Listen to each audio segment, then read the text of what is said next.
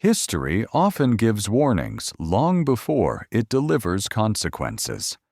The tragedy is not that these warnings are subtle, but that they are repeatedly dismissed as exaggeration, pessimism, or political inconvenience. In the years leading up to the Second World War, the signs of an approaching catastrophe were visible to those willing to see them.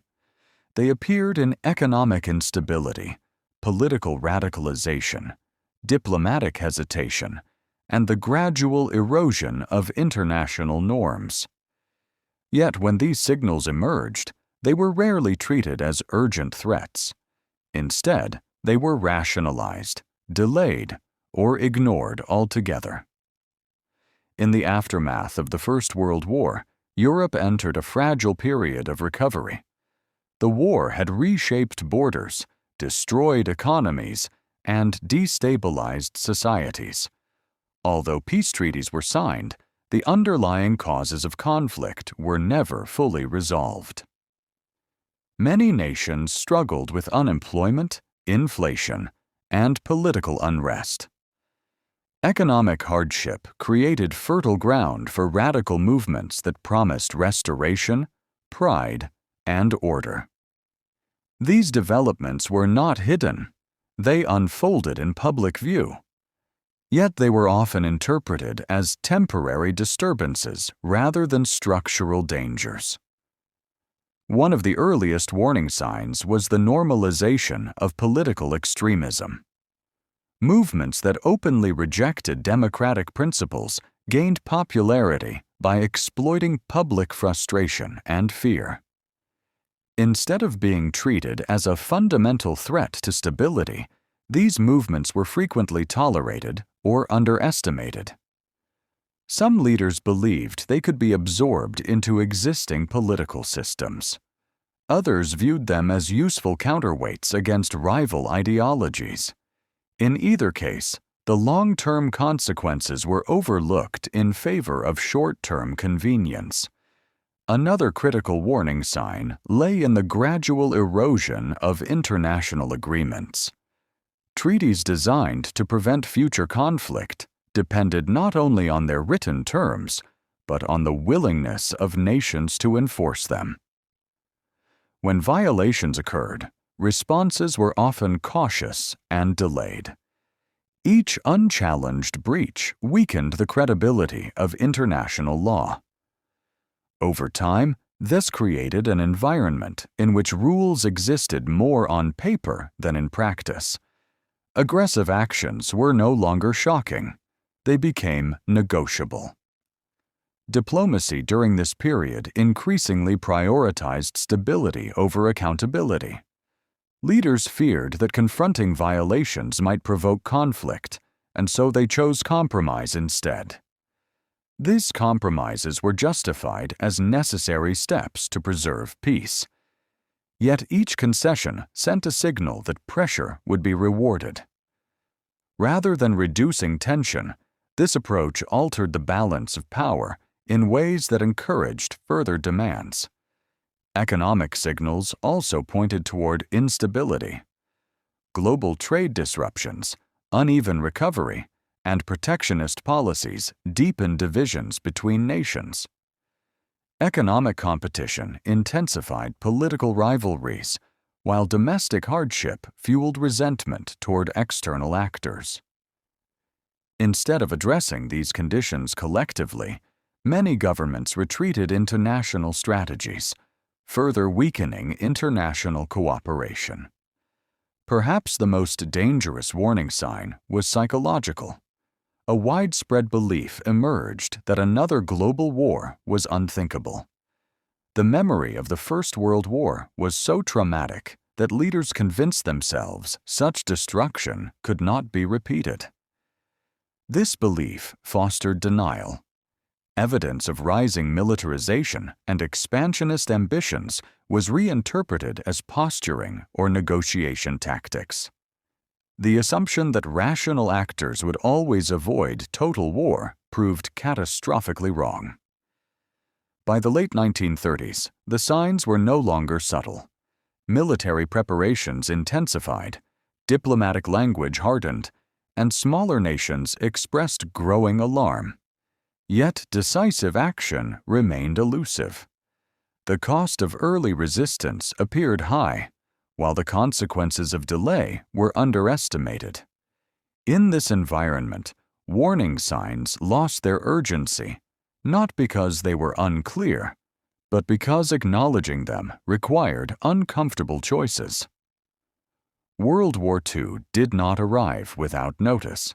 It arrived after years of signals that were explained away, minimized, or postponed. The question is not whether the warnings existed, but why they failed to compel action. Understanding why the warning signs of World War II were ignored requires examining not just political decisions, but human behavior. Leaders and societies alike were shaped by fear, exhaustion, and the desire for normalcy. After years of sacrifice and loss, the prospect of another major conflict was psychologically unbearable. This collective reluctance to confront danger played a decisive role in shaping policy. One factor was the misinterpretation of intent. Aggressive actions were often viewed through the lens of negotiation rather than preparation. Leaders assumed that demands, however extreme, were ultimately bargaining positions. This assumption allowed governments to postpone confrontation while convincing themselves they remained in control of events. The possibility that aggression might be genuine and irreversible was frequently dismissed. Another factor was fragmentation.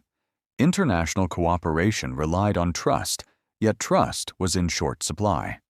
Nations pursued individual security strategies rather than collective solutions. When faced with shared threats, coordination proved slow and ineffective. Each government calculated risks independently, hoping others would bear the burden of resistance. This diffusion of responsibility ensured that no decisive response emerged. Domestic politics also constrained action. Leaders faced public pressure to avoid war at almost any cost. Economic recovery remained fragile, and populations were reluctant to support policies that risked renewed conflict. Political opponents exploited these fears, framing resistance as reckless or unnecessary. In this environment, caution became politically safer than resolve. There was also a profound failure of imagination. Few could envision the scale of destruction that modern industrial warfare would produce. Even those who recognized the possibility of conflict underestimated its speed and scope. The belief that future wars would resemble earlier limited conflicts, distorted strategic plannings, and delayed mobilization. As warning signs accumulated, they paradoxically lost their impact. Each new signal was interpreted as another test that could be managed rather than a final alarm. Gradual escalation normalized danger. What once would have provoked outrage became routine. This process did not occur overnight. It unfolded through a series of small decisions that, taken together, proved fatal. By the time action became unavoidable, the conditions for effective resistance had already eroded. Alliances were weakened, resources stretched, and strategic options limited. The opportunity to prevent catastrophe had passed not because it was unavailable, but because it had not been taken when it mattered most. As the Second World War faded into history, many believed its lessons had been permanently learned. Institutions were rebuilt, alliances reshaped, and new frameworks created to prevent another global catastrophe. For a time, it appeared that the world had absorbed the consequences of ignoring warning signs. Yet history suggests that lessons remembered emotionally are often forgotten structurally. One of the most persistent patterns is economic strain followed by political polarization. In the interwar period, economic instability weakened trust in institutions and created space for radical solutions. When people lose confidence in systems meant to protect them, they become more receptive to narratives that promise certainty and restoration. This dynamic does not belong to a single era. It emerges whenever economic pressure combines with social fragmentation. Another recurring pattern is the gradual erosion of shared rules. Before the Second World War, international agreements did not collapse all at once. They weakened incrementally, as exceptions were made, violations tolerated, and enforcement delayed. Each compromise appeared reasonable when viewed in isolation. Over time, however, the accumulation of these compromises transformed the international environment. Rules remained written, but their authority diminished. The role of diplomacies also followed a familiar trajectory. Negotiation, originally intended to manage disputes, became a substitute for accountability. Dialogue continued, even as underlying conditions deteriorated. The existence of talks created the appearance of control, allowing leaders to reassure their populations that stability remained possible. In reality, diplomacy functioned as a delay mechanism rather than a solution. Psychological factors played an equally important role. The assumption that large-scale conflict was irrational fostered complacency. Leaders and societies convinced themselves that the costs of war were too high for anyone to initiate it deliberately. This belief reduced the perceived urgency of warning signs. Actions that should have triggered alarm were reframed as strategic signaling or temporary pressure. Small states were particularly vulnerable to these dynamics. Before World War II, their security depended heavily on guarantees that proved unreliable under pressure. As larger powers prioritized their own strategic calculations, the concerns of smaller nations were often treated as secondary. Their warnings were acknowledged politely, but acted upon selectively. This imbalance further destabilized the international system. Another overlooked pattern was the separation between public discourse and private planning. Governments reassured citizens while preparing for contingencies behind closed doors. This gap between rhetoric and reality delayed public awareness and limited democratic oversight. When crises finally became visible, societies were psychologically unprepared for the speed at which events unfolded. These patterns did not operate independently. They reinforced one another. Economic strain intensified political polarization. Polarization weakened institutions. Weak institutions encouraged selective enforcement of rules. Selective enforcement normalized escalation. Step by step, the margin for peaceful resolution narrowed. What makes these warning signs particularly dangerous is their familiarity. Because they develop gradually, they are easily normalized. Each stage appears manageable until the cumulative effect becomes impossible to reverse. History shows that catastrophic outcomes rarely emerge from a single miscalculation. They arise from a sequence of decisions that individually seem defensible, but collectively prove destructive. At this stage of the story, it is not necessary to claim that history is repeating itself. It is enough to recognize that the conditions which once preceded disaster were neither unique nor accidental. They were products of human behavior, institutional weakness, and strategic short-term thinking. The unanswered question is not whether warning signs exist, but how societies respond when they appear again, slowly, quietly, and without dramatic announcement. When historians look back at the period before the Second World War, they rarely describe it as an era without information. On the contrary, governments possessed intelligence reports, diplomatic assessments, and economic data that clearly pointed toward instability. What was missing was not knowledge, but the willingness to translate knowledge into action. This distinction matters because it shifts responsibility away from fate and toward choice. One of the most uncomfortable truths about the interwar years is that many decision-makers understood the risks they were taking. They recognized that concessions could encourage further demands. They acknowledged, privately, that international institutions were losing credibility. Yet they continued along the same path, convinced that delaying confrontation was preferable to facing it early. This mindset transformed caution into paralysis. Responsibility in this context was fragmented. No single leader believed themselves fully accountable for the outcome. Each decision was framed as temporary, conditional, or dependent on the actions of others. This diffusion of responsibility created a moral vacuum. When everyone shares responsibility, no one truly carries it. The result was a sequence of decisions that no individual intended to lead to catastrophe, but which collectively made catastrophe unavoidable. Public memory also played a role. The trauma of the First World War shaped political behavior in powerful ways. Societies demanded peace, stability, and recovery.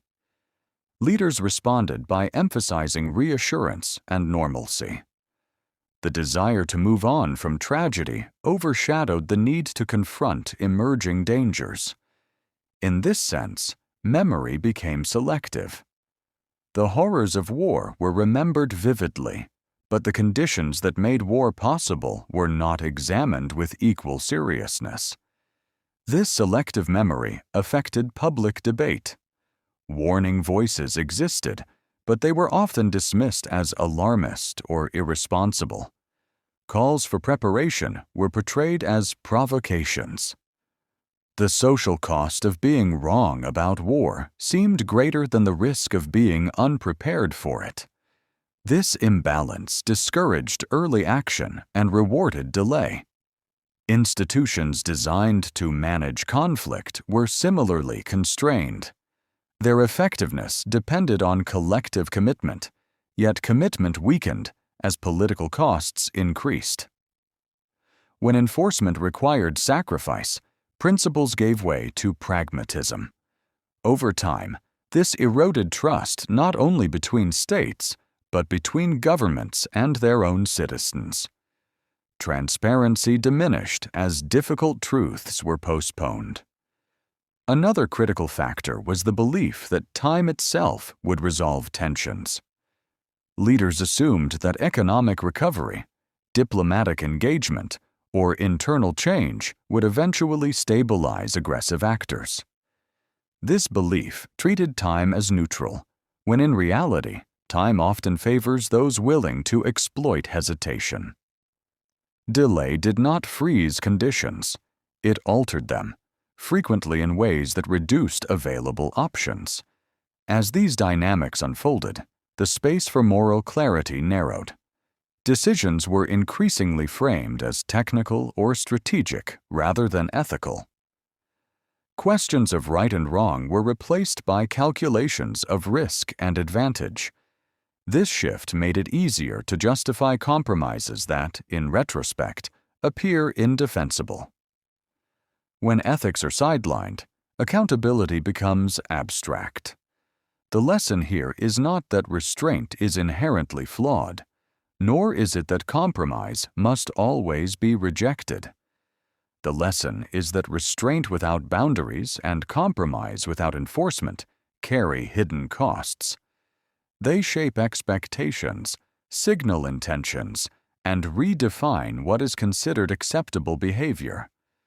When those signals are misread or ignored, they accumulate into systemic failure.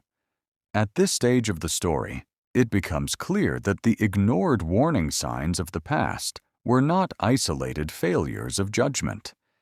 They were symptoms of a broader reluctance to accept responsibility for difficult choices. Peace was treated as a condition to be preserved, rather than a process requiring constant maintenance and vigilance. What remains unresolved is how societies internalize these lessons. Memory alone is insufficient. Commemoration does not guarantee understanding. The real challenge lies in recognizing when familiar patterns reappear, not as identical events, but as echoes shaped by new circumstances. History does not demand fear. It demands attention. When the Second World War is studied from a distance, it is often reduced to dates, battles, and leaders. Yet history is rarely transformed by moments alone. It is shaped by patterns, habits of thinking, and the choices societies make when faced with uncertainty. The warning signs that preceded the war were not extraordinary in themselves. What made them dangerous was how familiar they felt, and how easily they were absorbed into normal political life. One of the enduring lessons of the interwar period is that peace is not simply the absence of conflict. It is an active condition that depends on vigilance, credibility, and the willingness to enforce limits. When peace is treated as something fragile that must be protected at any cost, it can paradoxically become weaker. Fear of disruption can lead to decisions that quietly undermine stability rather than preserve it. History shows that the early stages of major crises rarely feel historic. They feel administrative. Decisions are framed as temporary adjustments, pragmatic compromises, or technical solutions. The language of urgency is avoided, replaced by reassurance. In this environment, warning signs lose their emotional impact. They are acknowledged intellectually, but not acted upon politically. Another lesson lies in the danger of assuming that rational calculation will always prevent disaster. Before World War II, many leaders believed that the costs of war were too high for anyone to pursue deliberately. This belief underestimated the power of ideology, miscalculation, and momentum. It also ignored how gradually escalating actions can trap decision-makers into paths they no longer fully control. The failure was not a lack of intelligence or foresight. It was a failure of alignment between knowledge and action, between private understanding and public responsibility. When leaders knew more than they were willing to say, and prepared more than they were willing to admit, societies were denied the chance to respond collectively. Silence became a substitute for leadership. Small choices mattered as much as large ones. Each delayed response, each unchallenged violation, each concession justified as exceptional contributed to a broader erosion of norms. Over time, what had once been unacceptable became debatable, then tolerable, and finally routine. By the time lines were clearly crossed, the meaning of those lines had already changed.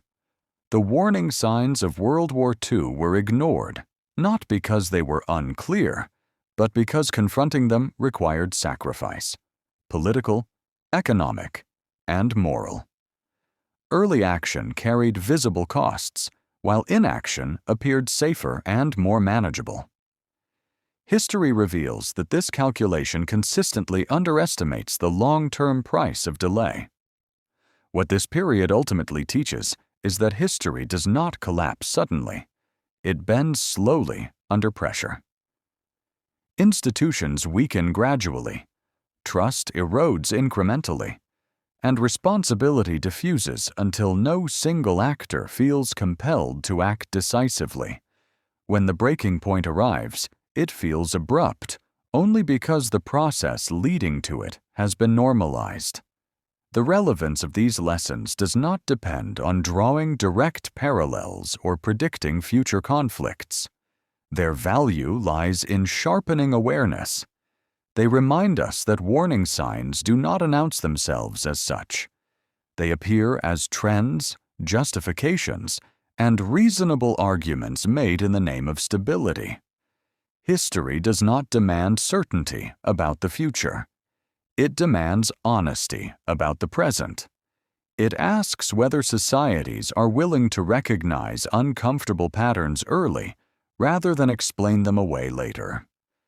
It asks whether peace is being maintained through strength and accountability or through hope and postponement. The tragedy of the Second World War was not that it was unimaginable. It was that it was imaginable and still allowed to happen.